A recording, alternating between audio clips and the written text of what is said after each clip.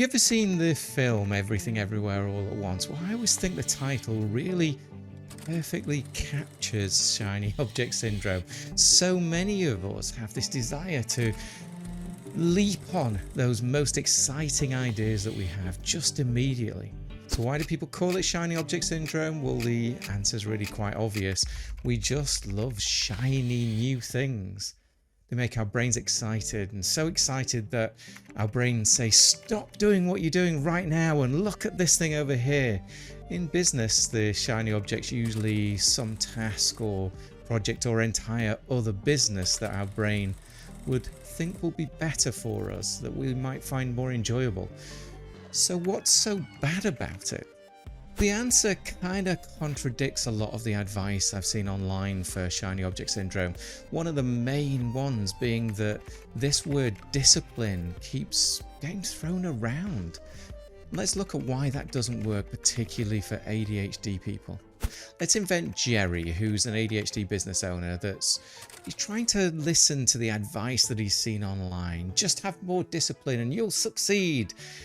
Jerry realizes that he needs to go and do his taxes, but he'd rather talk to people, be creative and work on his passion projects, and he's getting excited just thinking about them. All those other things are releasing dopamine into his brain, which is something that the ADHD mind is constantly looking for. For ADHD people, you can think of dopamine as a stronger need as food or water. So once dopamine starts flooding Jerry's brain, he tries to use discipline to ignore it, essentially telling his mind, don't eat, don't drink, do the logical thing and just work on your taxes. But just like Jerry's need for food and water, his brain starts to starve, leaving him feeling dull, weak, understimulated and just utterly uncomfortable. Just like his body would force him to eat if he was starving, his brain starts to force him to chase dopamine, leaving him with this kind of guilt and shame of lacking discipline. What's happening to Jerry is that he's trying to fight his own emotions in a battle between emotions and logic. No matter how much he wants logic to win, the uncomfortable emotions always come out on top. And as you'll hear me say time and time again on this channel, what works for neurotypical people is almost never going to work for an ADHD person because the strategies and pieces of advice are made for a completely different type of brain. For ADHDers, our brains are wired for interest over importance, which basically means that when we're met with a choice of doing an important, boring thing or a less important, exciting thing, we're kind of compelled to do the thing that's more interesting and exciting.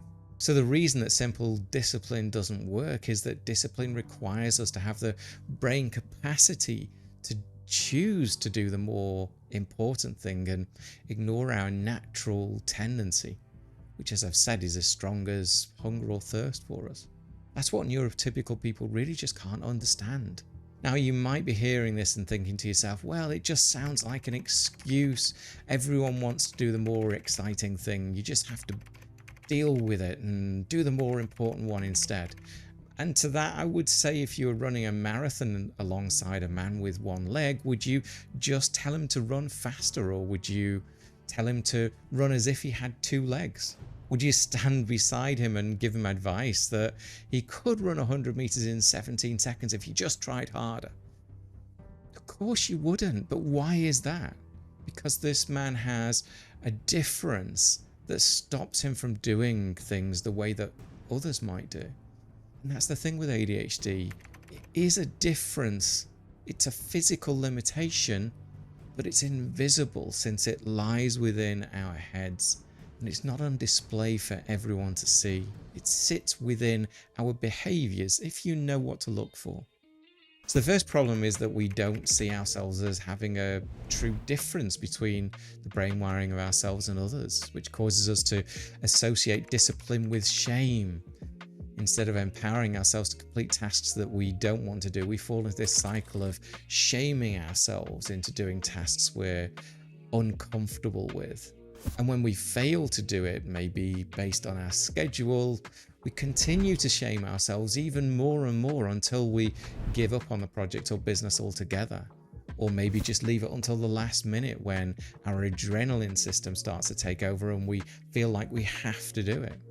And at any point, we can find a new shiny object that we can do because it's new and exciting. So the cycle tends to continue.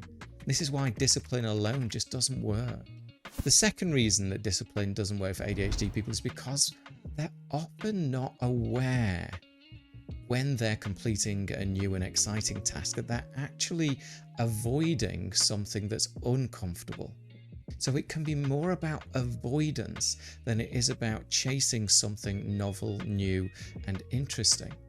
When you create an amazing graphic where your creativity's flowing and you're lost in the excitement of a new project, you're also avoiding admin tasks maybe that make your brain just want to vomit.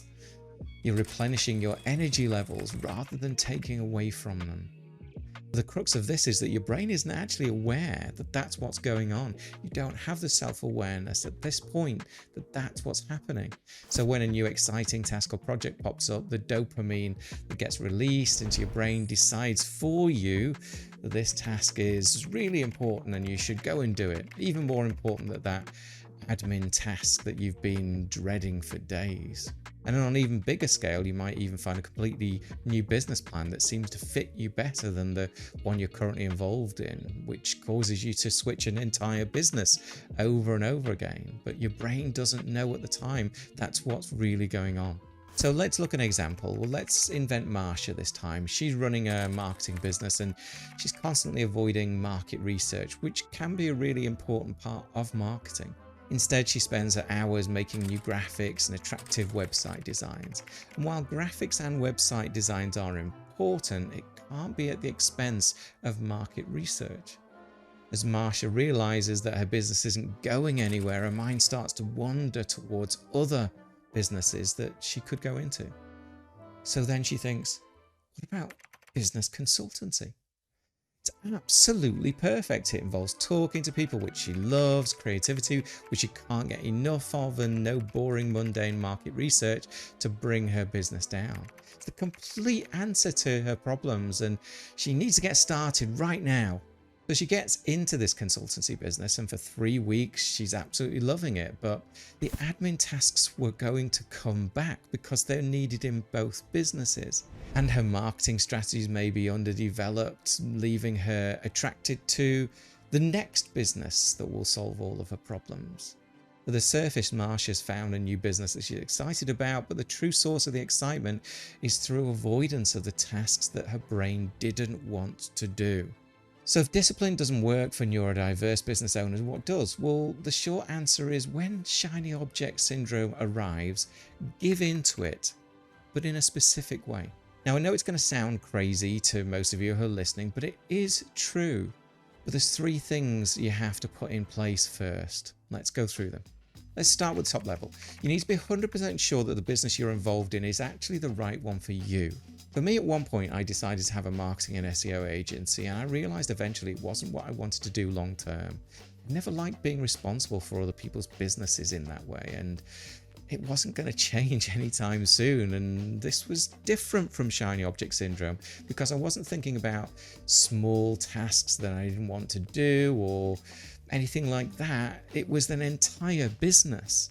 I was thinking about who I was and how I wanted to work long term, and I know that responsibility of SEO just wasn't going to be the right fit for me, no matter how much I tried to make it work. Switching to coaching was an amazing decision for me and the right one since it aligns with my values and my needs in life. It really works for me.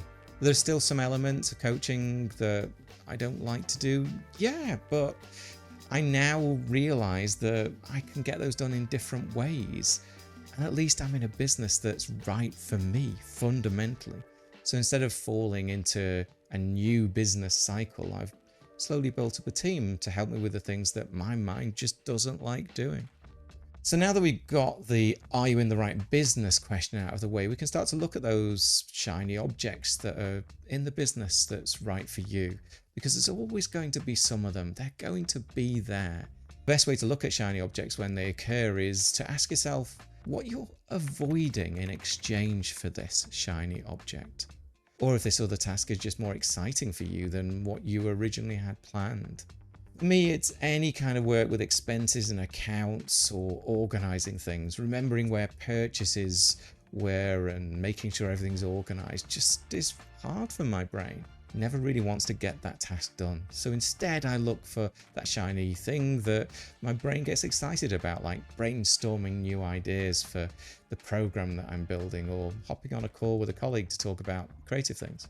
Still necessary to the business, but not the most important thing at that present moment. The second step then is to understand when shiny object is happening. For ADHD people, there's two components to this: novelty and impulsivity. Now, novelty is the part of shiny object syndrome that everyone really knows about, the part where your brain's finding something new and stimulating to do. And this can range from things that are useful for the business to things that actually aren't and just become distractions, because novelty really knows no bounds. All your brain knows is that it wants to keep receiving dopamine, and that's something it can get from something new. The other part that's so overlooked, though, is the idea of impulsivity and where it fits with discipline. It's a real struggle for ADHDers. It's difficult to control for us, and impulsivity is an executive function challenge. It's a brain wiring issue that makes it hard for us to just curb our impulses. So how do you recognize when a shiny object's taking up your attention? Well, this is where paying attention to your mind and body comes in. Let's take a moment to think about what happens to your mind and body when a shiny object pops up through the fog of boring, mundane tasks.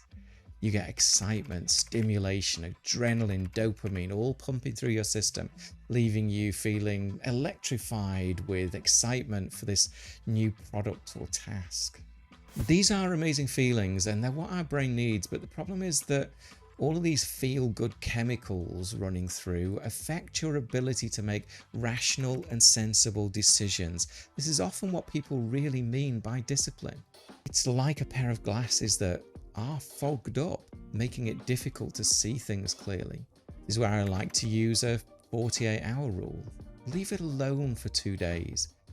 Write down what you are going to do, maybe list all your ideas and why it's so important, tell a friend about it, do everything you need to get that dopamine hit that you're looking for, but don't pick it up and play with it for a couple more days. What I found is that this period allows the fog to fade and I can see it more rationally, whether that's an entire new business or just a task.